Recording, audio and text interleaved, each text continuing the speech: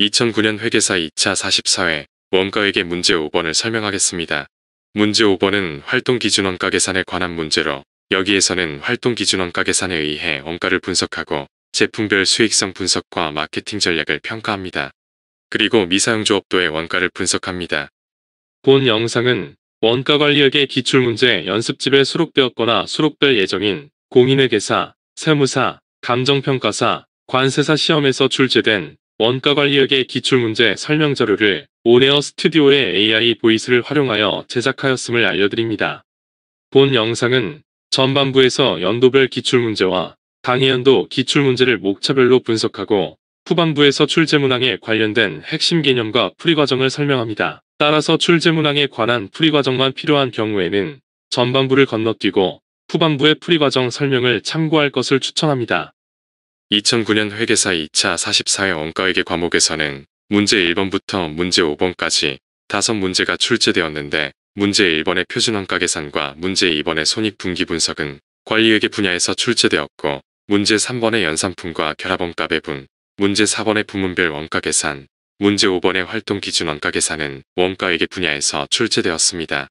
이 문제들의 난이도는 출제 분야에 대한 핵심 개념을 파악했으면 풀 수 있는 기본적 또는 보통 수준의 문제로 이 문제를 통하여 매년 반복적으로 출제되는 출제 분야와 출제 유형을 파악하고 출제 분야에 대한 핵심 개념을 명확히 정리한 후에 이러한 개념이 익숙할 때까지 반복해서 숙달하는 것이 중요합니다. 특히 2차 시험은 출제 분야에 연관된 다른 주제와 연결하여 종합적으로 출제하는 경향이 있기 때문에 출제 주제에 연관된 다른 주제를 정리하는 것도 중요합니다. 다음은 2011년부터 2024년까지 회계사 2차 원가회계 과목에서 출제된 문제를 목차별로 분류한 자료입니다. 참고하기 바랍니다. 문제 5번은 활동기준원가 계산에 관한 문제로 여기에서는 활동기준원가 계산에 의해 원가를 분석하고 제품별 수익성 분석과 마케팅 전략을 평가합니다. 그리고 미사용조업도의 원가를 분석합니다.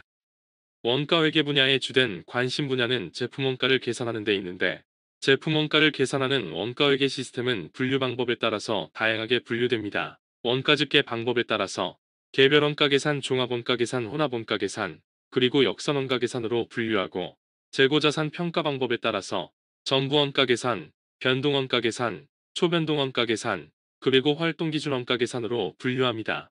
개별 원가 계산과 종합 원가 계산은 전통적이고 기본적인 원가 계산 모형입니다. 그러나 최근에 기업 환경과 생산 방법이 변화하면서 원가 구조가 변화했고 종전의 직접 농무 원가가 대부분 제조간접 원가로 대체되면서 생산량을 기준으로 제조간접 원가를 배부하는 전통적 원가 계산 방법은 제조간접 원가를 왜곡 배부하게 되었고 이로 인해 제품 원가가 적합성을 상실하게 되자 이러한 문제를 해결하기 위해 활동기준 원가 계산 방법이 도입되었습니다. 이러한 의미에서 활동기준 원가 계산은 첨단 원가 계산 방법입니다.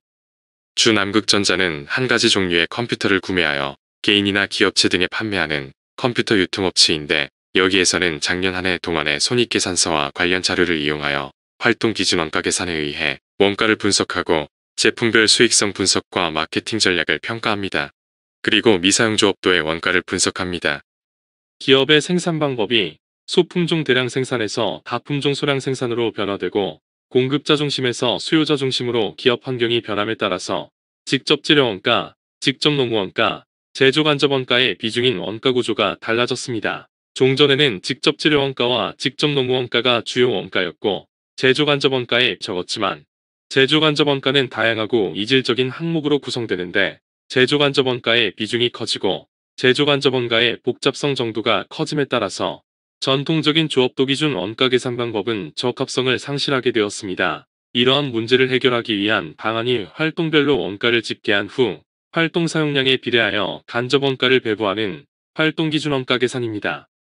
원가회계 분야의 주요 관심사항은 제품의 원가를 계산하는 데 있는데 원가 계산의 관건은 원가 대상별로 추적되지 않는 제조간접 원가의 배부에 달려 있습니다. 전통적 원가 계산 방법에서는 제조간접 원가를 공정 전체 또는 부문별로 집계한 후에 조업도 또는 생산량에 관련된 배부 기준에 의해 원가 대상인 제품에 배부합니다. 반면 활동기준 원가 계산에서는 활동별로 간접 원가를 집계한 후에 활동 사용량에 따라 활동 원가를 원가 대상에 배부합니다. 제조간접 원가의 금액이 크고 이질적이고 다양한 제조간접 원가의 복잡성이 증가할수록 전통적 원가회계의 조업도 기준에 의한 제조간접 원가의 왜곡 배부 정도가 커지는데 이러한 문제를 해결하기 위한 방안이 활동기준 원가 계산입니다.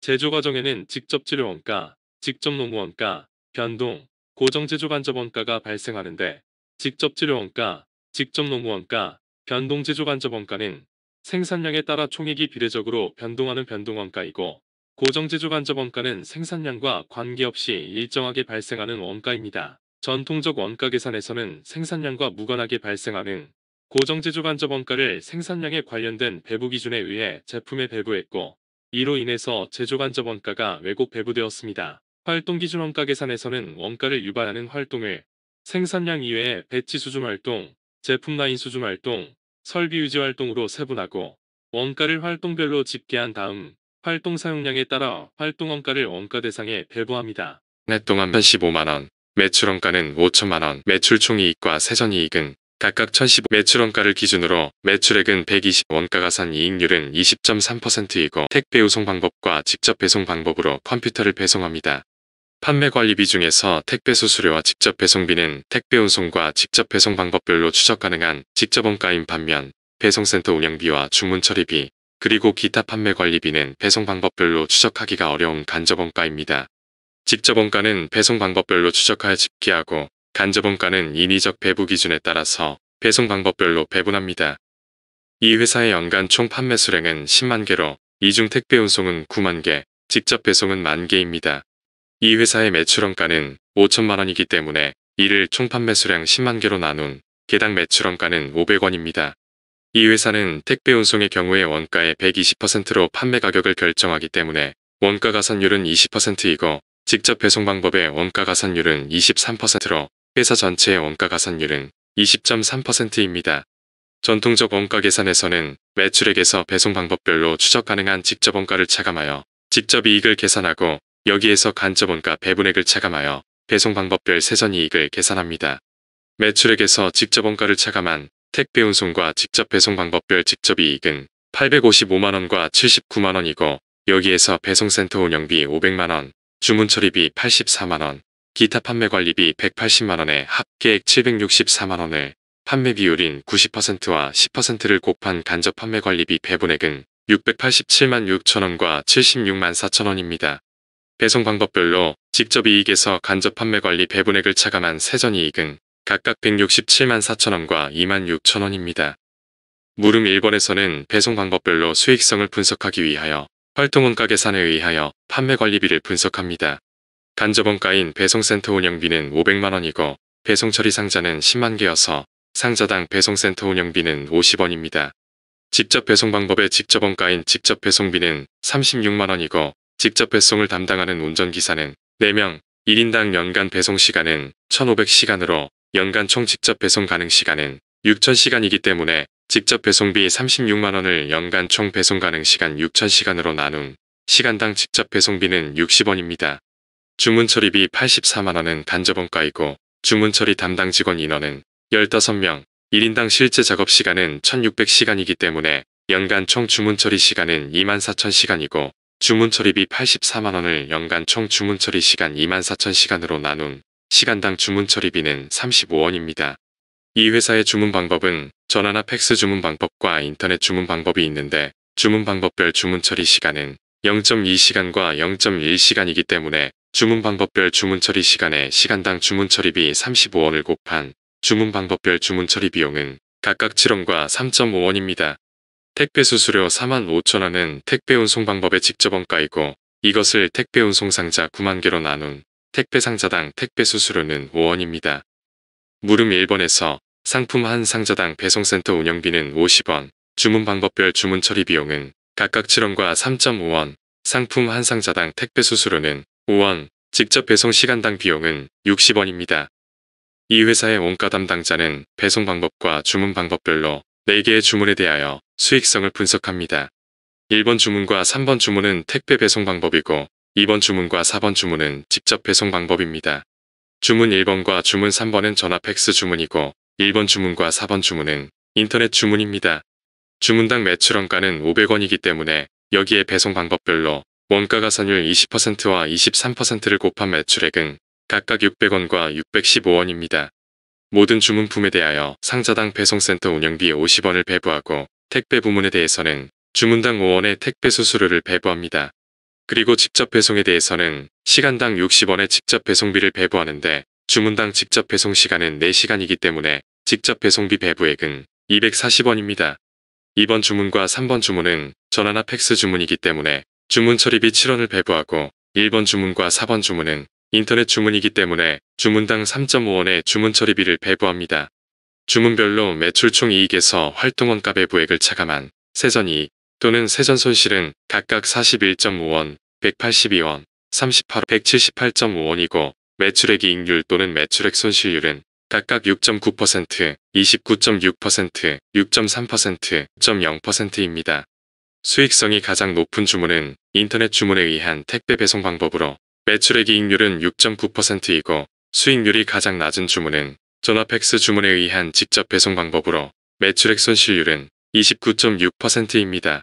전통적 원가 계산에서는 모든 배송 방법별로 세전 이익이 발생하였으나 활동 기준 원가 계산에서는 직접 배송 방법이 영업 손실을 기록하고 있습니다. 물음 3번에서는 이 회사의 컴퓨터 배송 방법에 대한 수익성 향상 방안을 분석합니다.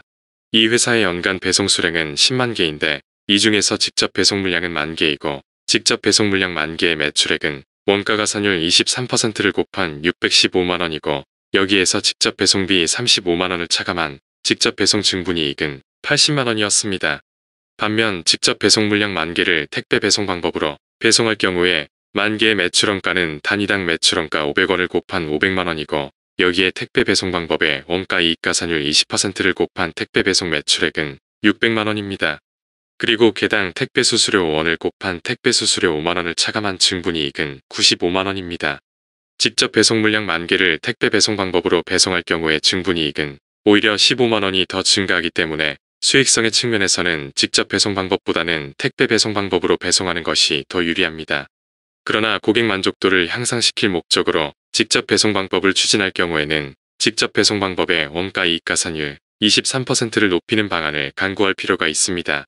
직접 배송 방법의 적정 원가 가산율을 M이라고 하면 10,000개의 매출원가가 500만원이기 때문에 매출액은 매출원가의 원가 이익 가산율 1.M을 가산한 금액이고 택배 배송보다 직접 배송으로 인한 증분 매출액은 500만 곱하기 1.M-600만원입니다.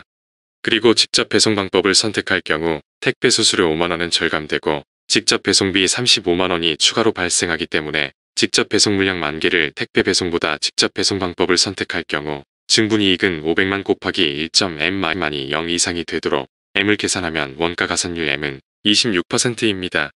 따라서 직접 배송 방법의 수익성을 향상시키기 위한 첫 번째 방안은 원가 가산율을 23%에서 26%로 증가해야 합니다. 두 번째 방안은 직접 배송 능력을 활용하여 배송할 수 있는 직접 배송 물량을 늘리는 방안입니다. 현재는 10,000개의 컴퓨터를 배송하고 있는데 현재의 직접 배송 능력을 활용한 최소 직접 배송 물량을 Q라고 하면 Q를 택배 배송 방법으로 배송할 경우에 매출원가는 500Q이고 여기에 원가 가산율 20%를 곱한 매출액은 600Q입니다. 그리고 상자당 택배 수수료 5원을 곱한 택배 수수료는 5Q가 되고 매출액 600Q에서 매출원가 500Q, 택배 수수료 Q를 차감한 택배 배송의 증분이익은 95Q가 됩니다. 반면 직접 배송 물량 Q를 직접 배송 방법으로 배송할 경우에 매출원가는 500Q이고 여기에 원가 가산율 23%를 곱한 매출액은 615Q가 되고 직접 배송비 35만원을 차감한 증분이익은 110U-35만원입니다. 따라서 택배 배송 방법보다 직접 배송 방법을 선택할 경우에 증분이익은 20Q-35만원이기 때문에 증분이익이 0 이상이 되기 위한 최소 직접 배송 수량은 17,500개입니다. 현재의 직접 배송 수량 10,000개보다 7,500개를 증가시킬 수 있는 방안을 강구해야 합니다. 물음 4번에서는 직접 배송 방법의 미사용주 업도 원가를 분석합니다. 직접 배송 방법의 최대 배송 가능 시간 중에서 실제 배송 시간을 차감한 나머지가 미사용 직접 배송 시간인데 직접 배송 방법의 최대 배송 가능 시간은 6,000시간이고 실제 배송 시간은 1,350시간이기 때문에 최대 배송 시간 6,000시간 중에서 나머지 4,650시간은 미사용되었고 여기에 시간당 배부율 55원을 곱한 미사용 직접 배송 시간 원가는 25만 5,750원입니다. 미사용주 업도 원가가 발생하는 원인은 최대주 업도가 필요 이상으로 설정되었거나 실제 조업도가 낮을 경우에 발생합니다. 최대 조업도는 생산 설비의 규모에 관한 것으로 생산 설비는 일단 구축되면 시장 주문량에 따라서 탄력적으로 변동할 수 없기 때문에 장기적 주문 수량을 기준으로 결정합니다. 만일 시장 주문량이 생산 설비를 초과할 경우에는 시장 주문량을 포기해야 하고 이로 인하여 기회원가가 발생합니다. 따라서 장기적 기회원가 발생액을 최소화하도록 최대 생산 능력을 구축합니다. 현재의 최대 배송 가능 시간은 6,000시간인데 이는 장기적 배송 가능 시간인지를 검토해야 합니다. 두 번째는 실제 직접 배송 시간 1350시간이 일시적 요인에 의해 낮은 경우입니다. 이 경우에는 미사용조 업도 원가가 일시적으로 발생할 수 있습니다. 세 번째는 시간당 표준 배부율 때문에 발생합니다. 표준 배부율은 직접 배송비 예산 35만원을 최대 배송 가능 시간으로 나누어서 계산하는데 여기에서는 시간당 배부율이 55원으로 가정하고 있습니다. 따라서 직접 배송비의 원가가 낮을 경우에는 시간당 표준 배부율이 낮게 되고 이로 인하여 미사용조 업도 원가가 낮게 계상됩니다. 미사용조 업도 원가가 발생하는 원인은 최대 배송 가능 시간, 실제 배송 시간, 그리고 시간당 표준 배부율에 관한 요인으로 설명할 수 있습니다. 동영상 하단에 더보기에 관한 다양한 유형이 정리되어 있습니다. 참고하기 바랍니다.